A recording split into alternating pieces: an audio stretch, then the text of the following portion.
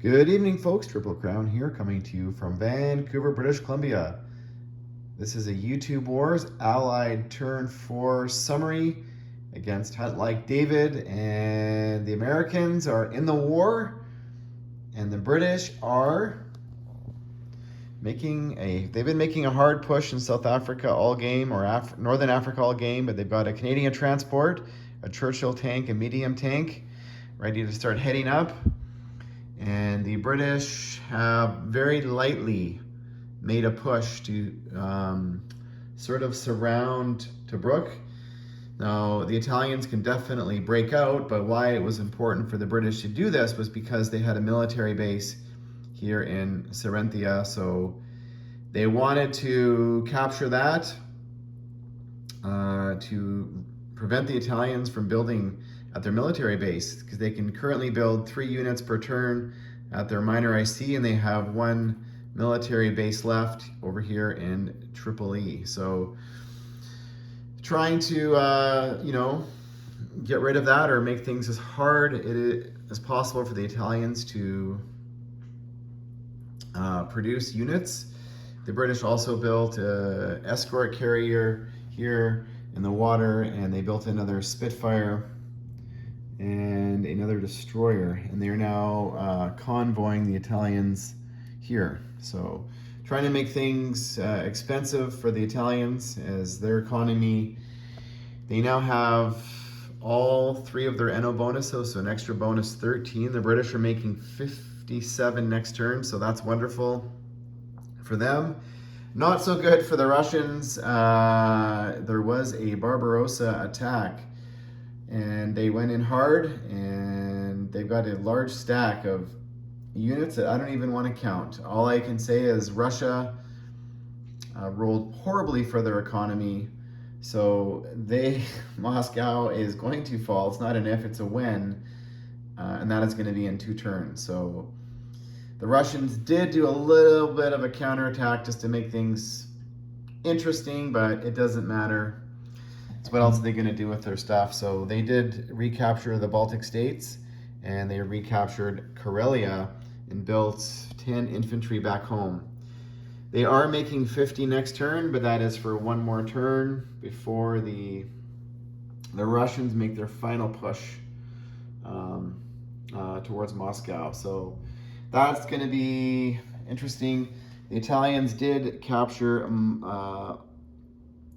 Gibraltar, so that's good for the Italians. They've got a couple transports there. The Americans, as I mentioned, are at war, so they annexed Brazil. They annexed Mexico.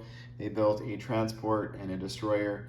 And the Canadians built a couple more destroyers, and the British built a corvette, and the Russians are all in that same sea zone there of sea zone 21. And that's kind of it over here. The KMT doing their thing. They now have 12 infantry sitting in Burma.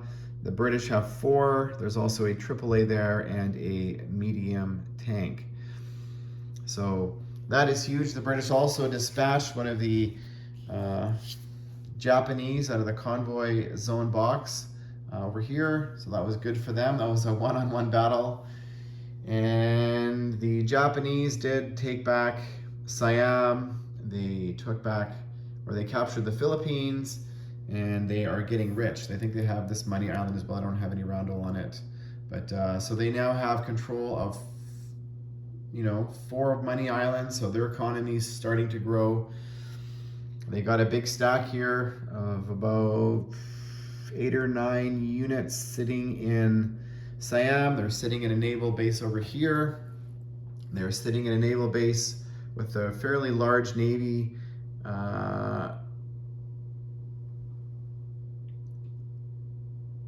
off of just north of the Philippines. And they backed up their stack here to Manchuria and Peking.